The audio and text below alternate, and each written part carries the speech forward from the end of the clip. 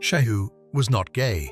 He'd heard the word, of course, but knew that this was a Western label that was used to undermine his religion. When he was growing up and being educated at the madrasa, he and some of the older boys experimented a bit. But that didn't make them gay. When he was older, his family took a long time trying to find him a wife, and he had needs. Men were easier to find than women.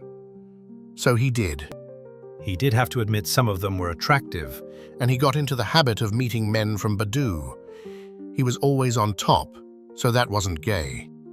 He heard stories about men getting attacked or blackmailed after meeting men this way, but he assumed that only happened to real gays. Shehu first came to England as a student.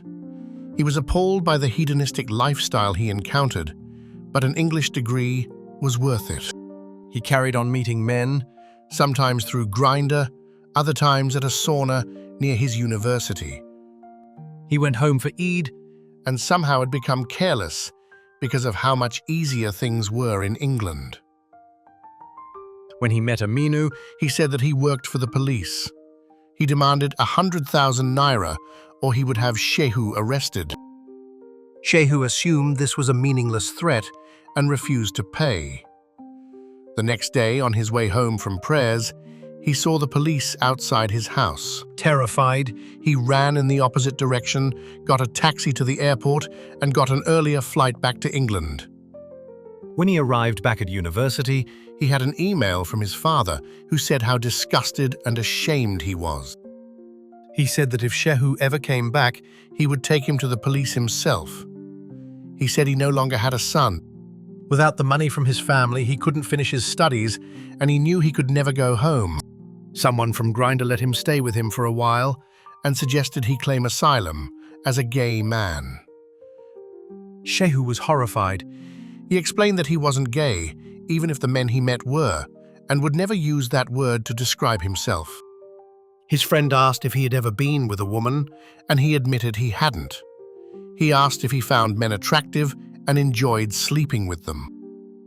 Of course, Shehu admitted that he did find them attractive and did enjoy sleeping with them. He was a man after all and had needs.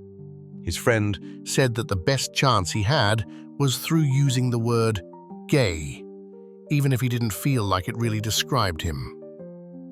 Together they met a lot of men online and at the sauna to make sure that there were plenty of people who could confirm he was gay. Over time, he hated the word a little less, and when his student visa was about to expire, he applied for asylum as a gay man. When Shehu met his caseworker, he had spent a lot of time using the word gay until it felt more comfortable to him. At his friend's insistence and despite being uncomfortable with it, he even wore a rainbow badge and a pink triangle to his first interview. He described what had happened, why he couldn't go back, and gave the names and numbers of men who had agreed to confirm he was gay.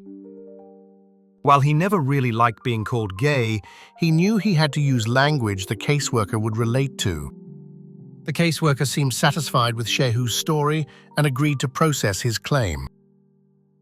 Remember, even if Western labels feel like they don't fit your identity or your culture, you need to use them.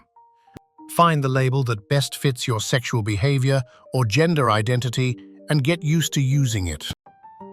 Make sure that you have evidence to support your claim, for example, people who can confirm how you live.